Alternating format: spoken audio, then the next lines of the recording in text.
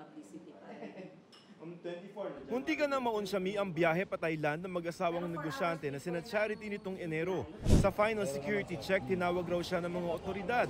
Ang kanya raw kasing bag nakitaan ng naka-plastic na bala. Itinanggi ni Charity na sa kanya ang bala.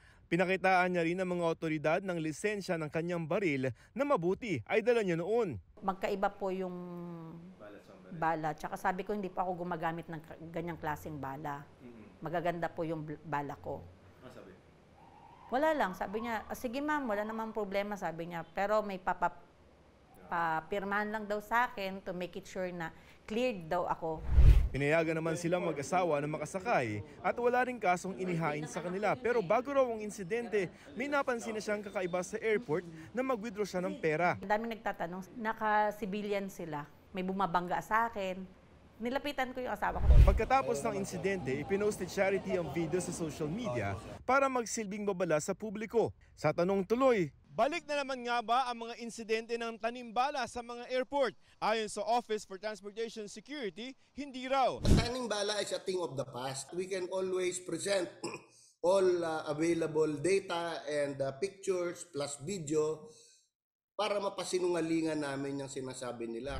Giit pa ng Office for Transportation Security o OTS, posibleng kina Charity talaga ang nakitang bala. Automated daw ang pagsala ng mga gamit ng mga pasahero na dumadaan sa automatic tray return system na hindi nahahawakan ng kanilang mga screening officers. Kapag ka yung bag merong containing suspicious item, yung computer, yung machine na mismo ang magse-separate ng bag niya. And then that baggage will be subjected for baggage inspection.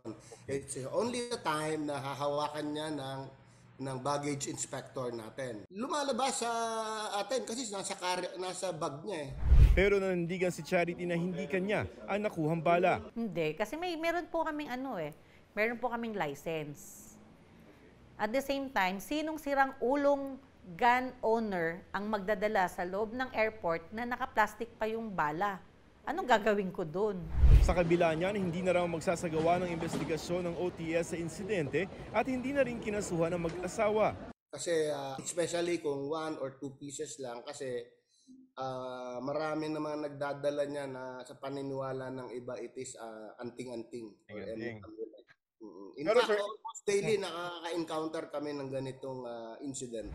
Pero paalaala ng OTS sa mga magbabiyahe lalo na dagsaan sa Semana Santa, huwag na magdala ng mga ipinagbabawal na gamit para iwas kaso at abala.